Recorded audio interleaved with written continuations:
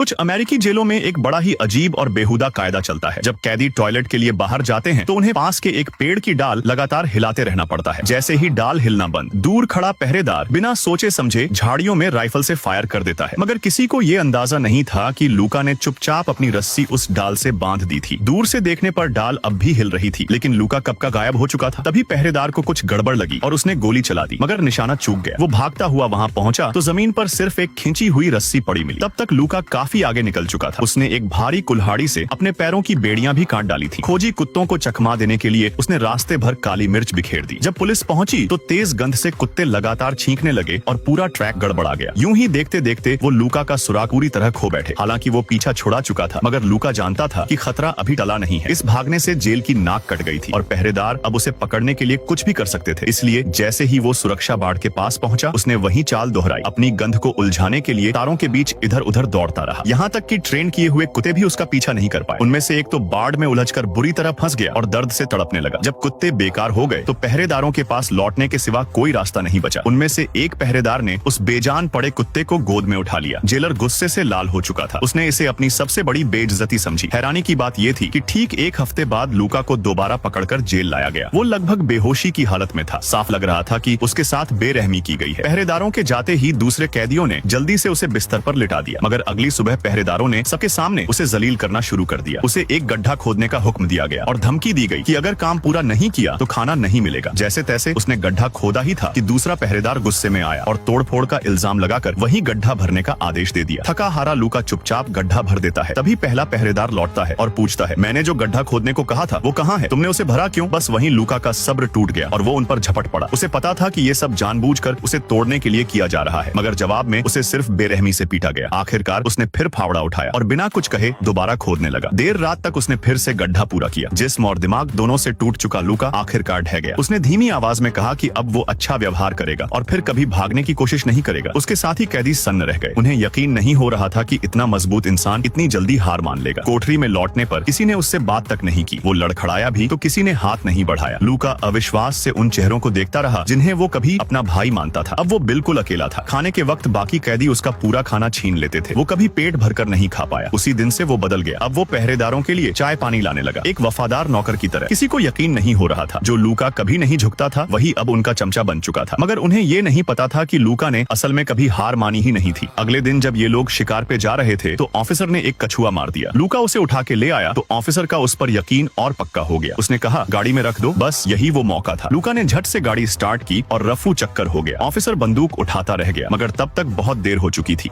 और फिर video like करने पर पार्ट 2 मिल जाएगा।